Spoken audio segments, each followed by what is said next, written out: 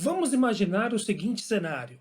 Ano de 2016, às vésperas do impeachment da presidente Dilma Rousseff, surge uma notícia que o seu então ministro da Fazenda, Nelson Barbosa, teria dinheiro, milhões aplicados em paraísos fiscais fora do Brasil e que decisões do governo Dilma, do ministro da Fazenda, teriam sido tomadas que beneficiaram esses investimentos que esse ministro, no caso Nelson Barbosa, na época, tinha no exterior. Qual seria a cobertura da imprensa brasileira de então? Será que agora não é o caso de quem vendeu Paulo Guedes como mago da economia brasileira, como foi parte da imprensa, disse em 2018? Será que essas pessoas não têm que fazer uma autocrítica agora? É sobre isso que eu quero falar nesse vídeo. Mas antes eu peço que você inscreva-se no meu canal, ative o sininho e receba as notificações de conteúdos.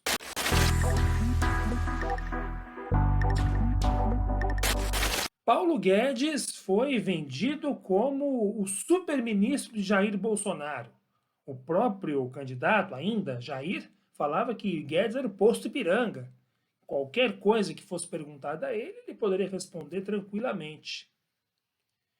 A imprensa caiu no conto, pelo menos grande parte da imprensa. Os articulistas de economia dos grandes veículos trataram Guedes como um homem íntegro, honesto, que tinha ideias modernas, liberais, que tiraria o Brasil de um certo socialismo que nunca chegou a se concretizar realmente no Brasil. Agora, com as denúncias de Paulo Guedes e o presidente do Banco Central também, Roberto Campos Neto, sobre aplicações em paraísos fiscais e tomada de decisões da política econômica do governo Bolsonaro que favoreceram os próprios investimentos, trabalhando em causa própria, usando o Estado para benefício próprio e de outras pessoas também, será que essas pessoas vão fazer a autocrítica do que falaram em 2018? Paulo Guedes foi uma figura central e importante na eleição de Bolsonaro.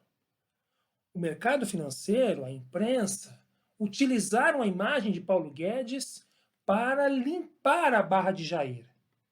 O que muitos diziam naquele momento era que, tudo bem, é verdade que o candidato Bolsonaro fala coisas que discordamos, ataca a democracia, teve momentos de fúria dizendo que deveriam morrer 30 mil brasileiros assassinados numa guerra civil.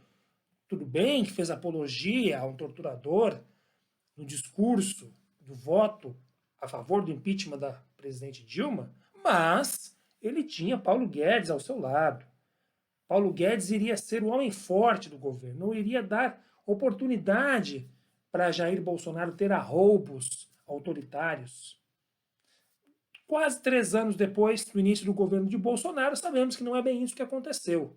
Bolsonaro segue controlando seus ministros com pulso forte. E o próprio Paulo Guedes age a mando de Bolsonaro. Não entregou muito do que prometeu. Tudo bem que houve uma pandemia da Covid-19 que devastou economias do mundo todo. Mas o fato é que o Brasil não está melhor por conta de Paulo Guedes. E não estava já antes da pandemia. Os números continuavam muito ruins, a recuperação econômica prometida nunca veio. Os números apresentados, como de melhora do PIB, de avanço da economia, nunca foram aqueles que Paulo Guedes e sua turma, seus assessores, estimaram. E agora fica a reflexão. Será que a imprensa vai fazer o papel de pedir desculpas aos brasileiros? Pelo menos parte da imprensa. Dizer que os brasileiros acabaram sendo enganados? Que o ministro não só não entregou o que prometeu, como agia em causa própria? Isso serve para que a gente reflita uma coisa. Não existem salvadores da pátria. Como foi, por exemplo, pintado Fernando Henrique em 94. Inclusive, algumas revistas, há capas de revistas que falam disso, mostram a tentativa de criar uma analogia, que Paulo Guedes seria para Bolsonaro o que FHC foi para Itamar em 93, na criação do Plano Real. Portanto, um super-ministro, quem sabe até o futuro presidente do Brasil.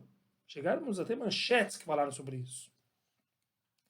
Em 2022, provavelmente Esses mesmos articulistas que diziam que Paulo Guedes limpava a barra do Bolsonaro e que podíamos tapar o nariz para as falas de Bolsonaro porque teríamos um ótimo ministro da Economia, vão agora em 2022 dizer o mesmo sobre outra pessoa, outro candidato. Não sei se João Dória, Eduardo Leite, Mandetta ou outro, mas o fato é que o novo salvador da pátria, com um novo programa econômico liberal de concessões, privatizações e reformas do Estado brasileiro para a retirada de direitos, deve vir para resolver os problemas do Paulo Guedes. Problemas criados pelo Paulo Guedes. O mesmo Paulo Guedes que essa própria imprensa exaltou em 2018. Cuidado! Salvadores da pátria, no fim das contas, não resolvem a vida de ninguém, a não ser dos seus próprios interesses e dos seus aliados. Até o próximo vídeo.